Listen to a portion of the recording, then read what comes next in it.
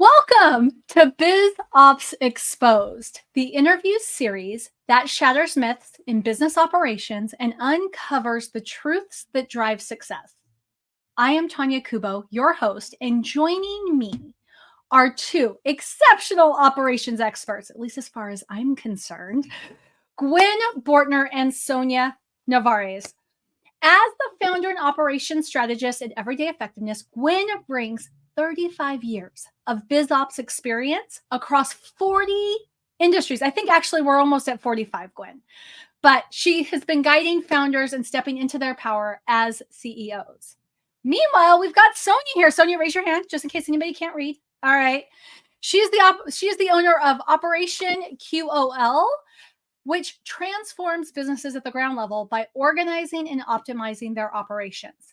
So together, the three of us are going to explore the unseen gears of business efficiency and profitability.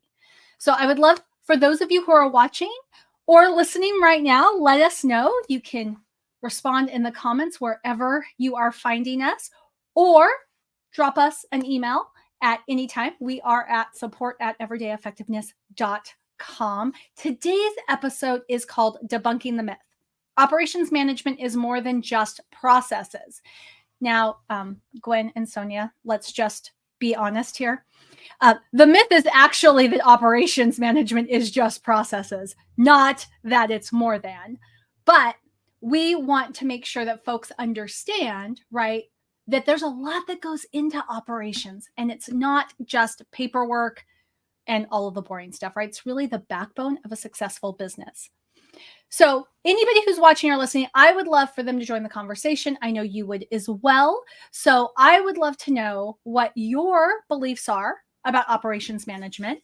Meanwhile, I would like for Gwen to start us off with defining operations management and its role in business success from your perspective. And then Sonia, I'd like to take it to you. Sound good? Perfect.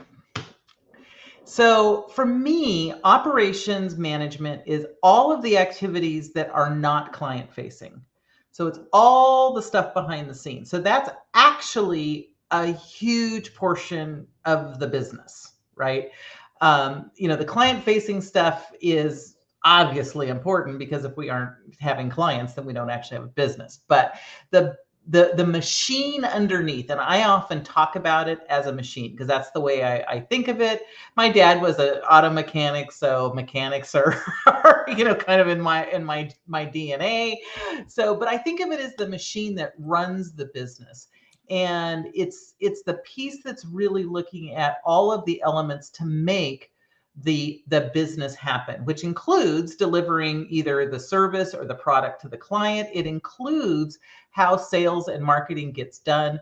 But sales and marketing and client delivery to me are front-facing activities. Now, there are operational pieces that tie back into that machine, but the machine is often the stuff that especially entrepreneurs are not that excited about, quite honestly, because it's not why, like Sonia and I went into business for operations, but most people do not go into business for the operational aspect. They go in for the product that they're selling, the service that they're offering. They may have really good marketing and sales chops, but all of that behind the scenes stuff is not, unless that is the particular service that you're delivering.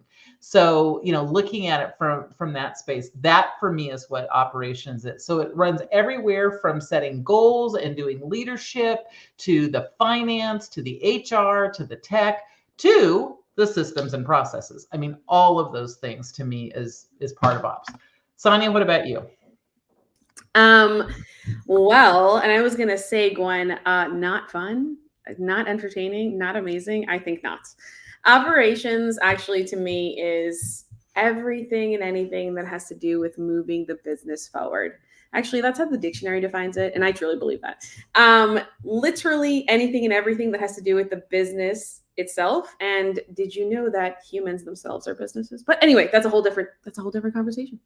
And so it is anything and everything that we do inside, outside, around side, in the business. So that could be those processes. It could be that conversation with a client. It could be walking them through different things that are going on. It could be the Loom videos that you create, explaining to your staff what you're doing. It could be putting the date on the calendar, answering an email. How we do things with templates, without templates, flying by the seat of our pants is actually a process in and of itself, right? And so I really do think in operations as kind of this overarching, I guess you could say, high level business itself, right? So this is like the whole department. It is the whole shebang. That's how I look Okay. at operations. All right. So I want to pull in before we go any further. First of all, I love when we can put words around things that are a little bit different than what people are used to, right? So, like, we've got, Sophie who's joining us live, and, she'd never really thought about the idea that everything that's not client facing and the machine that actually, like, the engine is what Gwen and I oftentimes talk about. That engine that runs the business is really what operations is. And, Gwen, you have a perspective that talks, that oftentimes leans on that people tend to lean more toward marketing because it's fun, it's exciting, and less toward ops. And I know, Sonia, you've said that as well. Sophie's perspective is that people really like fulfillment too, right? They love delivery. They love, they love all the fun stuff, but they don't like the structure that supports the fun. And so what I was hoping is, kind of as we go a little bit deeper into the conversation, Gwen, because you've been at this for so many years, could you share maybe the evolution of operations management as you've observed it? And then, of course, Sonia, because you're a little bit more boots on the ground, I'd love to hear sort of you follow up with what Gwen's saying on just sort of the tactical perspective of what you've seen. So the idea of thinking of operations as a, I'll say an entity in and of itself it's not new, but I think the way we talk about it is new, because the things that we're doing in operations, fundamentally, much of it is the same as we've been doing for 20, 30, 40, 50, 100 years.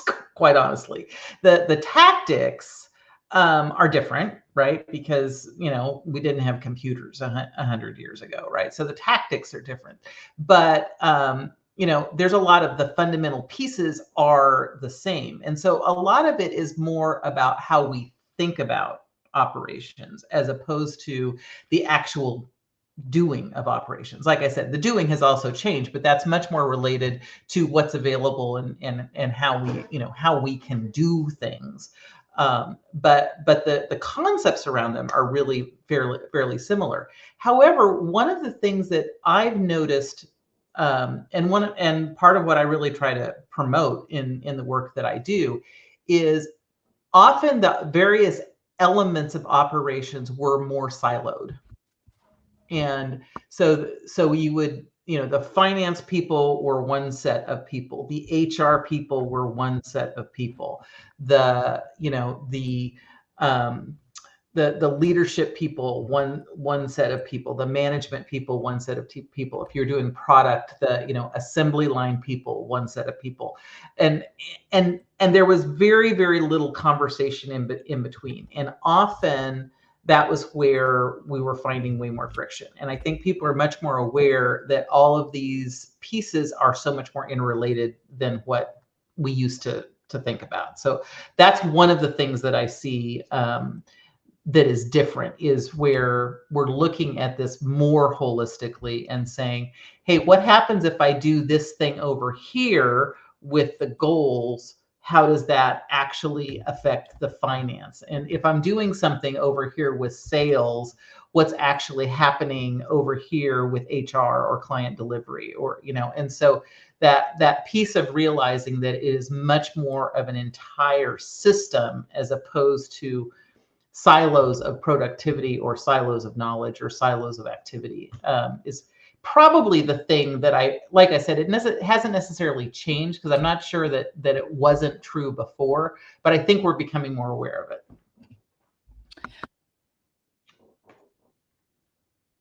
Oh, I'm not hearing you, Tonya. Try that again, huh? So before we go to Sonia, I'm curious, what do you think has driven the difference? Are we more aware of it now? Is it that social media has made all of those hidden pieces of businesses more public? What's your thought behind that? I think it's probably a combination of a lot of things. I think one of it is, and I hadn't even thought about this till you just asked this question, but I would say one of it probably is the fact that people move around out of their jobs more than they used to. So, I'm old enough to be of the era where I was expected to get a job and stay with the company for a really long time, potentially retire from that job. Now, I'm also young enough that was no longer how things were really were really working. So I'm like right at that cusp, right? But my dad worked at the same job from the time I was born until he retired. And that was not considered weird or unusual, right? That was what he did. And most folks used to be doing that. And so as we moved, into the last 2 to 3 decades, and people were moving more, I think that was also when there became more awareness of how these things start interrelating, because people weren't also necessarily just staying in their silo even when they were moving. Sometimes they were moving, also shifting silos as well. Or when they moved companies, this silo, for company X, it was defined this way, but for company Y, it's defined this. And so all of a sudden we're seeing, other things, right? So I don't know if that's right, but after you ask the question, it's like, I actually think that's where a lot of this is coming, is that people are having broader experiences, and so can see the broader implication of it, which then allows for all the conversation and the other aspects of it. Got it. So what do you think, Sonia? Agree, disagree? I agree. I think, Gwen, you've got a really great perspective there, and I totally agree with it as well. And I genuinely believe in that holistic view, in the way we look at business now.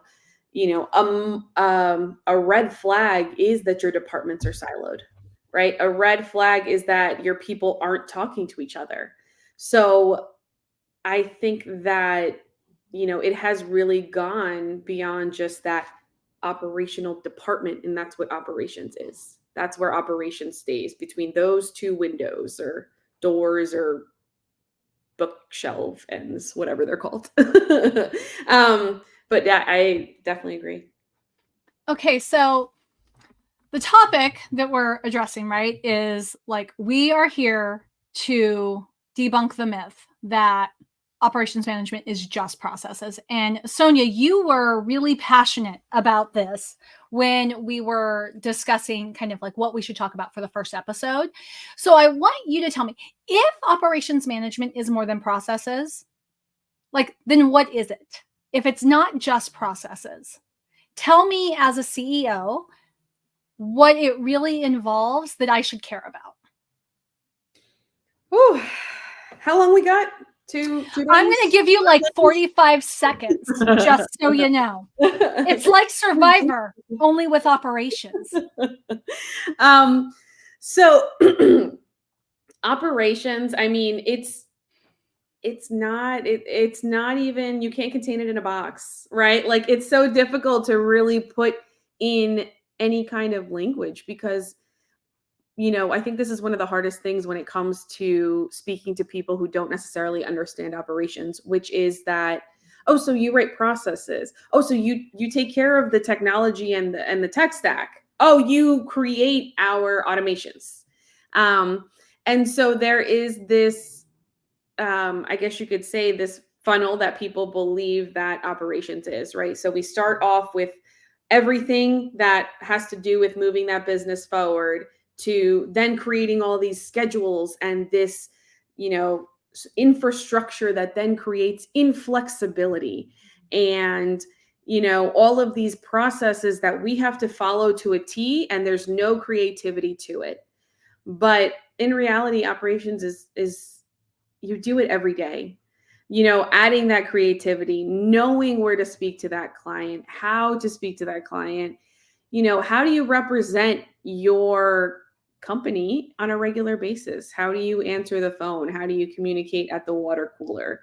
I want to say that technology and some of the new things that we have coming, every day that are brand new, are changing the way that, we engage in operations every day. And it's interesting because I want to say I do operations, but operations is really all about how we engage with everybody and engage in the outside world, and how do we run our business. Okay. I like that. And I think that, like we've got Paula who's watching with us, and she talks about how part of this shift toward operations helps to honor people's various skills and their interests better. That goes back to what Gwen was saying about the silos. Now, Gwen, you have always talked about operations as a strategic business function. And one of the things that I think I heard you say recently on an interview was that one of the unseen but most important aspects of operations management is it sets you up for how you make decisions, so that everybody in the organization, from say bottom to top, is understanding the process by which they can make decisions and the autonomy that they're given no matter where they sit in the organization. Can you talk a little bit about that aspect of operations for us? Yeah. So, when we say operations, it's more than just processes. That's true, and it's also not true, because operations is all processes, right? It's all processes and systems, whether they're well documented, whether they're used consistently, all of these things. And for me, as we start thinking strategically about operations, we're able to say, how are we going to be able to empower people to make decisions in a way that's in alignment with the bigger vision or the culture or the values, depending on, what terms, mission, whatever terms are the terms that you use within your, environment, right? That allow folks to be able to do that really easily, because now we have systematized some of these aspects. And when we start out as as a solopreneur entrepreneur, an entrepreneur of one, which not all businesses, but most businesses, I'm guessing anybody who's watching this probably has started in that role, even if they've grown or whatnot. It's easy to know how all of those things tie together, because it's all in your head, right? Mm-hmm. It's all you, so it's relatively simple. But as soon as you start bringing one or two or three, you don't even have to have like a giant team, but just a couple people into the team, being able to make those decisions and letting them be able to make those decisions and make those decisions in the way that you would make those decisions becomes, much more challenging. And for me, that's where the operation starts falling in place, of being able to say, this is how we behave. These are the steps that we're going to do. And I think what Sonia said is absolutely true. So many people think, oh, well, that's going to, it's going to take out all the creativity. It's going to take out all the flexibility. It's going to, it's going to ruin, my very dynamic, and in our case, bespoke business. But it's actually the opposite. It puts enough guidelines and bumpers in place that people know where they can what they can do and what they shouldn't do, and when they actually like need to raise their hand and say, I've got a question, or I'm not sure how to handle this, or what happens. I mean, Tonya works on my team, and we recently had one of these kind of events where, because we had a series of processes across the operations, I mean, it was actually kind of multiple steps, but we had it. When we had a hiccup, the person who found the hiccup knew exactly what they needed to do, felt empowered to do it, and were able to deal with it. That was 100% aligned with what Tonya would have done or I would have done. And to me, that's where it's really a big win. And I didn't even have to know about it. Like, I didn't know about it till well after the fact. Tonya only knew about it like just prior to the fact, but also it was like, I don't need to fix that. I don't need to fix anything because it turns out it's not broken. Yay. Right. And so for me, that's when we start looking strategically at operations and saying, where are the most important places to get those structures, those bumpers in first? Because often we want to do it in the place that feels easiest, but easiest usually isn't where the problem is. It's usually in other places. So like in our case, because we try to deliver bespoke services, one of the first places we looked at it was in the customer service delivery piece. And so we strategically chose to look there first. But for other businesses that I've consulted with, that is not where we've looked first, right? And so it varies. And to me, that's that strategic element of saying, where are these decision processes most valuable for the business, for the CEO, for the customer, for the ongoing sustainability? Does that answer the question? I feel like yeah, a little rambly, but it's my job to bring us back. So really what I think that you were really addressing is that myth that creating operations, having processes creates inflexibility in a business. And I know that a lot of us who have gone into business for ourselves did so because, quite honestly, we do not want to be bossed around. Right. So we became our own bosses, because I'm fine bossing myself around, but I don't really like it when other people boss me around. And so corporate environments maybe didn't work for us. They felt constricting. And then we go into business for ourselves, and we love that we get to fly by the seat of our pants. It is like awesome, right? And it's like you get to go with whatever feels like fun in the moment. But it becomes a problem when you start to be overworked, right? Or you start to feel stretched thin. You want to hire help, but it's really hard to hire help when everything lives in your head. And yet you fight this idea of writing things down because you enjoy everything being in your head. And so, Gwen, you had addressed a recent issue in your organization that I was involved in, which I'm going to add some specifics to, because I think it's really hard to follow when we're being overly general.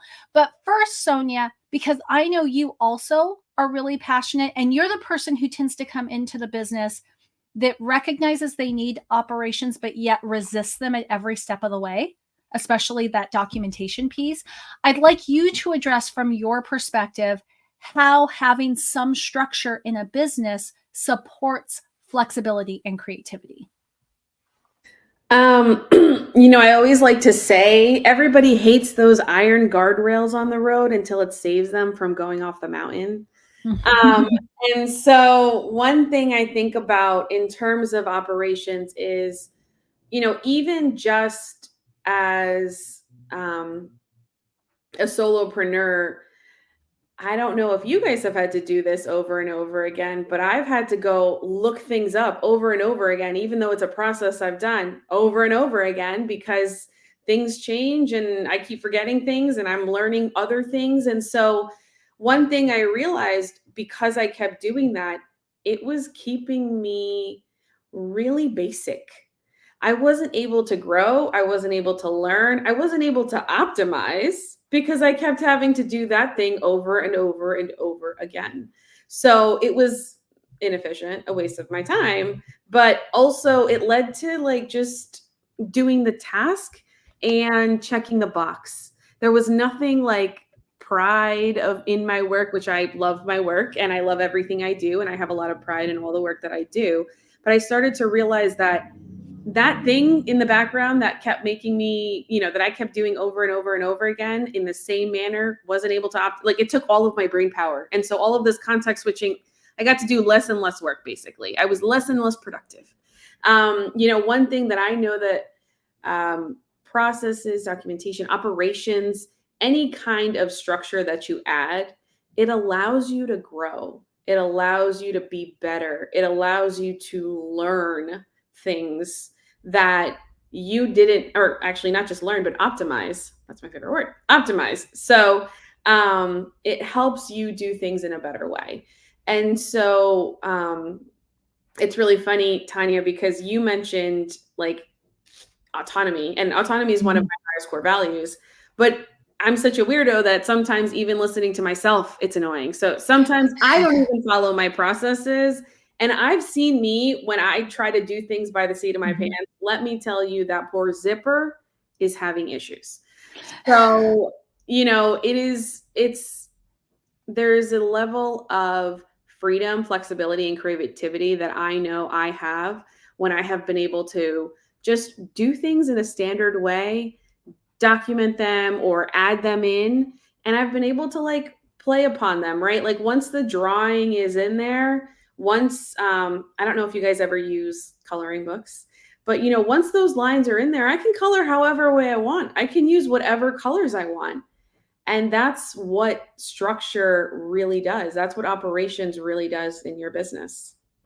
So I love the coloring book analogy, partially because that's what I was thinking of. And then I was like, okay, is it too juvenile to bring out a coloring book analogy here? Because what I'm thinking about, right, because I have small children. So Bluey is like the number one superhero in my house right now. And if my child were to ask me to draw Bluey, we would have a problem. Okay. It would take me, I could go actually drive to a store and buy a Bluey coloring book faster than I could figure out how to draw Bluey. But hand me the coloring page, and I actually have the freedom to connect with my child because we're having great conversations, and it's fun to pick out what colors to use in what areas, way more than it is to figure out, are Bluey's ears pointed or rounded, and are they on top of their head or on the side of their head? So that coloring book analogy, I think, is actually quite brilliant in terms of understanding the difference in your business when you're trying to create from a blank page versus already having the outline and just figuring out how to fill it in. Now, because I believe that people do learn and remember better from specific examples, I want to just take us back to what Gwen was mentioning, the issue that we had in Gwen's organization, because it happened last week. So full disclosure, I was sicker than I think I've been in like 8 years. So sick, I forgot what day of the week it was. And so we have a very simple process. Gwen sends an email out to her clients every single Friday. It's easy. Gwen writes the email. We have Andrea, who works on our team. She goes in. Her job is on Thursdays to go in and make sure the email got written. That's it. Make sure it got written. Make sure it's scheduled to go out at the right time. And proofread it, because I'm a really bad writer. Okay, so she proofreads it too. I was going to skip over that for brevity, but yes, she proofreads it, fixes the commas, the typos. You make sure that we have the right version of there, or there. And then she also makes sure that it's scheduled at the right time, because we've had a few, 6 p.m. instead of 6 a.m. situations have happened. Happens to the best of us, right? So that's Andrea's job. And as long as the email is in there on Thursday night, I don't ever have to hear about it, know about it, or anything. But if something comes up, I'm the backup. Now, here is where it shifts a little bit, is if Gwen is out of town, I will write that email for Gwen. Then I let Andrea know it's ready. She goes, she checks for it. She does all the things that she would do as if Gwen wrote it. And then it goes out automatically for everybody to see on Friday morning. It's a beautiful system. It's a great system, except when I forget what day it is. Now, several months ago, we had a situation where Gwen had forgotten to write it.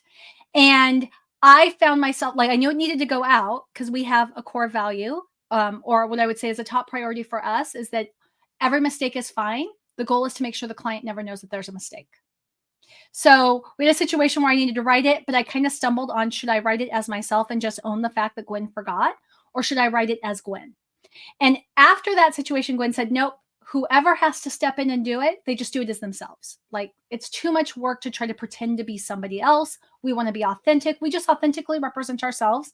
And, you know, part of what we do in Gwen's organization is we're very transparent because we don't want people to think that there's some stage you get to where business is perfect and goes and is flawless. So back to last week, I wake up Friday morning, not actually knowing it's Friday.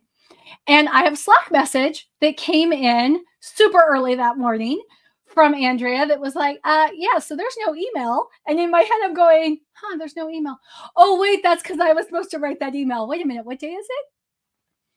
And so I'm like, okay, I'll fix it, right? Go in. Oh, it's written. Andrea wrote the email. It was scheduled to go out at the right time. I just backed away slowly. I had so much cold medicine in me. I was only going to muck this up. I was like, no, it's perfect. You don't need me.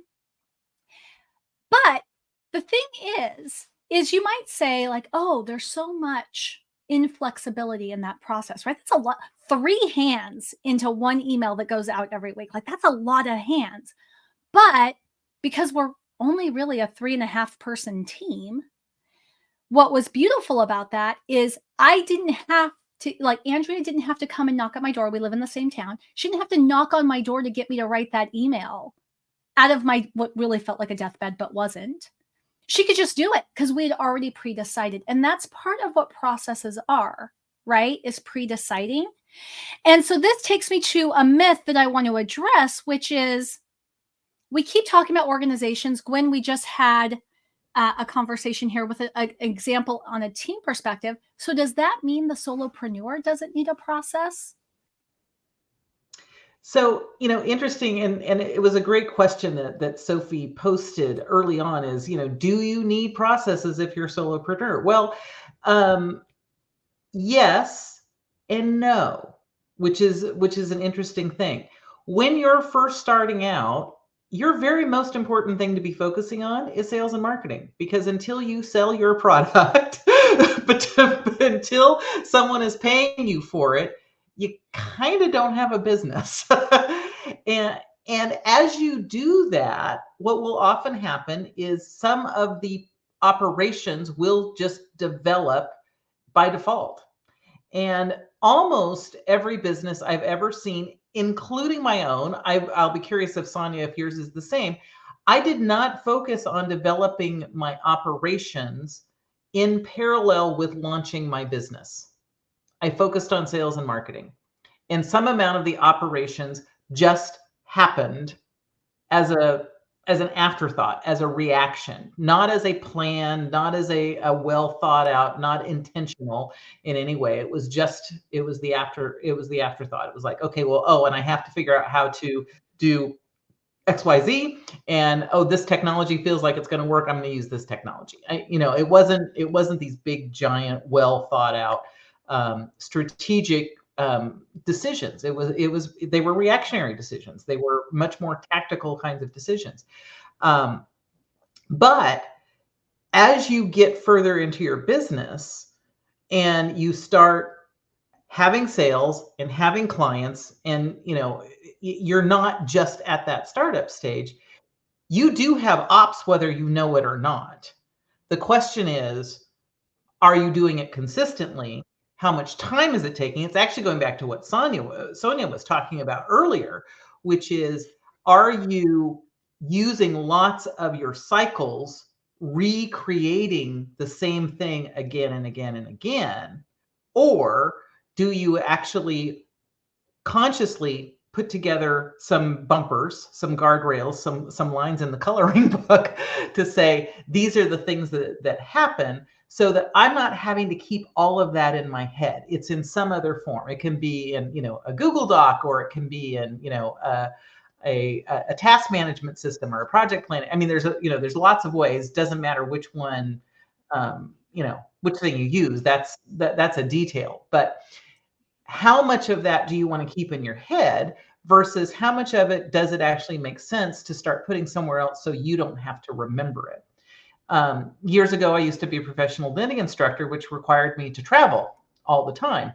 And with that, I would have to take samples of the projects. I would have to take class handouts. There was all sorts of things. And so I had an operational procedure, a process that documented all the things that I needed to remember. Now, I was traveling so often, I could do it out of my head. But what I learned was by doing that, I was actually using way more energy than if I just documented it and said, these are the things that I need.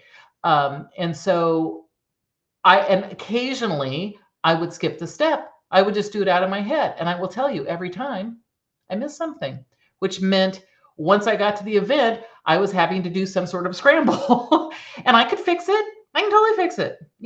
Very capable. That is actually not the issue. It's where did the energy go? Energy didn't have to go there. And so where do we want our energy to go? Well, as entrepreneurs, we really want our energy going to serving our clients, being visionary, and ops and processes, honestly, aren't really visionary. I mean, there's visionary elements to it, but once you've established it, at least for a while, you probably don't need to come back to it again, and then you will need to visit. I can see Sonia's about to have a heart attack, but but they're not visionary in that creative blank canvas way. They're visionary in the which color am I going to pick way. And if you can get the lines established, that saves a whole lot of cycles to be doing some other things. And so for me, this is the value of having ops as a solopreneur. And you have them whether you know it or not. It's just whether or not they're easy, whether or not they're consistent, whether or not you can refer back to them. That's really the difference. Okay. All right. So there was a lot in there. I feel like we could go really deep. So, but here are some key points that those who are watching us live really latched onto. So number one, you have ops, whether you know it or not, whether you think you do or not. The cognitive load piece, right? So Mallory was saying that she loves a good checklist or template for reducing cognitive load. Avital was saying that she finds that the structure of having a process and keeping it maintained actually makes her faster. And so I'm curious, Sonia, I imagine you see that play out in organizations. So I'm rather than ask you to just go, yeah, that's right.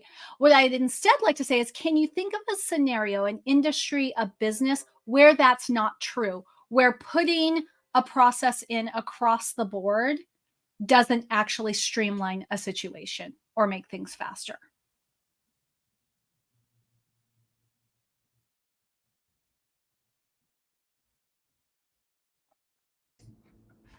It's like, I'm a black or white person. So my gut, and I've had a lot of cookies recently. It's not super skinny. Wants to say absolutely not, never. I would die by that sword. But there's always exceptions to the rule. So while I want to say I don't think it would, I think it's only when they're bad processes, right? I was gonna say, so that's one that I was gonna go into that part, which is, it's really funny, Gwen, you mentioned that. I think in the beginning, we're just sales and marketing. One thing I try to do, because I am a nerd, an ops person, nerd through and through, is I try to document and checklist everything out in the beginning. When I didn't even know if that was the most efficient way of doing it. In the beginning, before I did it 4, 5, 6, 7 times. So there is something to be said when you try to do things too early, when you haven't had enough of that cycle to go through. I know that even when I started packing and going on vacation and doing things and trips, I actually, in my Model UN class and trip that I went to when I was, in high school, I actually got the everything but the kitchen sink award because I overpacked so much that the entire the entire population of my group that was, Model UN were like, great, Sonia's got it. Do you have a stapler? Sonia's got it. Why? I got a stapler on a Model UN trip. I have no idea. But, there is definitely some things to be said of when you haven't really, you haven't become comfortable with that process. You haven't realized that is the best way of doing it. So I would say in the beginning, if it's a bad process, if you're not sure, if the proof of concept isn't really there, that's when it becomes inefficient. It becomes, more of a load than anything else. Okay. So what I heard is documenting your processes too early is a problem because you don't know what you don't know, and you don't know if you're doing it most efficiently. So you should have rinse and repeated something a few times before you start writing it down. Now, there's something else that I feel like you were saying, but you didn't explicitly state, which is getting too granular with your processes, right? So the kitchen sink award, for instance, and Gwen and I have seen this as well, where people will get, like, it's the type A's in us. I'm talking to me right here. It's like, oh, okay, well, if I need a checklist, for instance, if I need a checklist for this show, well, then I need to write the manual of how to use LinkedIn while I'm at it, right? Because LinkedIn's help articles are not enough. No. That needs to be part of my in-house process. And the more granular you are on your process, what you have to remember is every process created, and this is something that I've heard you both say, every process created has to be a process maintained. And so what you don't want to do is give yourself 10 different things to maintain that don't need to be maintained, or to keep things in 10 different locations that you have to figure out which one's the most updated. So those are some areas where when you roll out processes across the board, I feel like that gets lost in translation if you're not really solid in how you communicate things. So we've talked about a lot of myths. I'll do a recap in just a moment, but what I was hoping we could do now is really let's get like the rubber meets the road sort of a scenario here. And what I would like for both of you to do is, based on the conversation we've had so far, we've talked about some myths, but for the CEOs watching right now, or those who watch or listen later, what could they do today, assuming they were this motivated? Okay, maybe some of them will do it tomorrow, but what could they do today to optimize their operations so that they could move their business forward sooner rather than later? All right, I can tell that Sonia has a thinking face on, so I'll start with Gwen, and then we'll go to Sonia. Sonia, you should have gone first. It's so much easier to go first.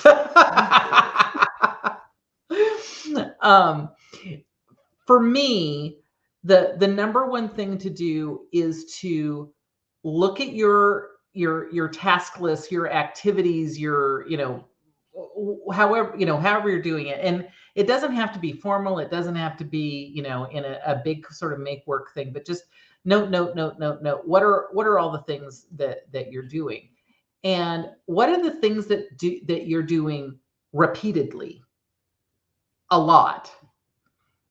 And do you actually have a process? So the first question you have to ask yourself is, do you actually have a process and you just haven't documented it? And if you don't, is it time for a process for it? And do a rough draft kind of process, just a quick outline. Doesn't have to be completely detailed. Particularly things that you do repeatedly, but not constantly, because things that we do constantly is practically habit. So it's not as valuable to us. But things we do every week, for example, using the example we used earlier, where I send out this email every Friday, we're doing it regularly, but we're not doing it every day. We're not doing it 6 times a day. It needs to have a few steps in place to make sure that all of the things get done. So it's repeatedly, but it's not constantly. Those are the places that I would look to say, hey, are we at a point that it makes sense to document a process, knowing that it will not be the process forever? Because that's another myth, is that once we've documented it, that's it. This is the way we do it forever. Things will happen. Things will come up. Things will change. That you'll need to revisit that, right?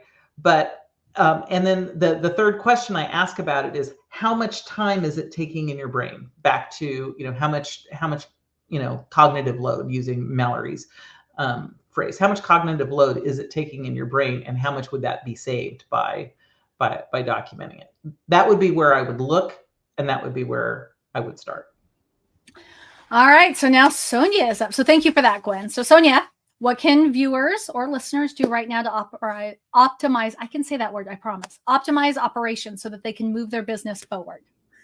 Well, first, I would say embrace operations, because just like Gwen said, you're doing it whether you realize it or not. And then I would say dust off that operations manual, those processes, whatever you've got documented, dust it off, because you got to look at it. You got to, check it. You can't set it and forget it. Even your foundation, you got to reapply sometimes, right? I think it's really important to just, a lot of people start things and they don't finish them. And so go back and just look at what's been created, what's been done. And then I would also say condense. Okay, I think one thing that people don't realize is that we do create, as entrepreneurs and CEOs and visionaries, we create 1,000,001 documents. I don't know how many times I've gone into a client's Google Drive and seen the same document 6 iterations. And I'm like, what are you going to do with that last one? Like, what are you going to do? So like, think about, how do you condense your processes so that they're not in 6 places? It's easily understandable. They say that your processes should be able to be read by an elementary school child. But of course, that's where you get too granular, right? So be really careful. Like, think about it. Think, what are your give and takes? What do you want to see? How often does your people churn, right? The more you got to go through people, the more, is this like the pizza joint at the high school where, every week there's somebody new? And so our processes have to be like really, really, really, really documented. Where we got to be so in detail that even a comma can make a difference? Or, are you part of the leadership team and on this, larger long-term organization that you've been working on, and the churn rate is much less? So, I would say that those are kind of my favorite take-home / to-dos to get started today, tomorrow, or Monday, but no later than Monday. Whatever day today is, next Monday is all you get. Okay, says because we run a tight ship around here. All right. Well, I want to say thank you to both of you.